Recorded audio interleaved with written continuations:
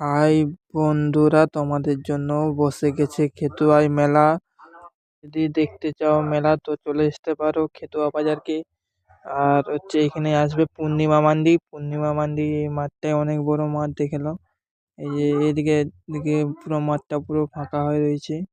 এবারে দেখতে পাচ্ছ এই মাঠটার মধ্যেই হবে পূর্ণিমা মান্ডি আসবে। এবারে কবে আসবে কখন আসবে জানি না, তবুও তোমাদেরকে জানিয়ে রাখছি পূর্ণিমা মান্ডি আসবে। আর এই বড় মাঠে অনেক বড় মেলা বসে গেছে, নাগরদোলা থেকে সবকিছু মেলা বসে গেছে, খুব সুন্দর দেখাচ্ছে। রাত্রেবেলা এলে তোমরা দেখতে পাবে। আর সত্যি কথা বলতে গেলে তোমরা চলে এসো খেতুয়া বাজারকে, যে লোকেশন এটাই। আর এই যে দেখতে পাচ্ছ মাঠটা, ওই যে ওখানে প্যান্ডেলটা হচ্ছে, স্টেজ হচ্ছে, ওই স্টেজটাই হবে, ঠিক আছে।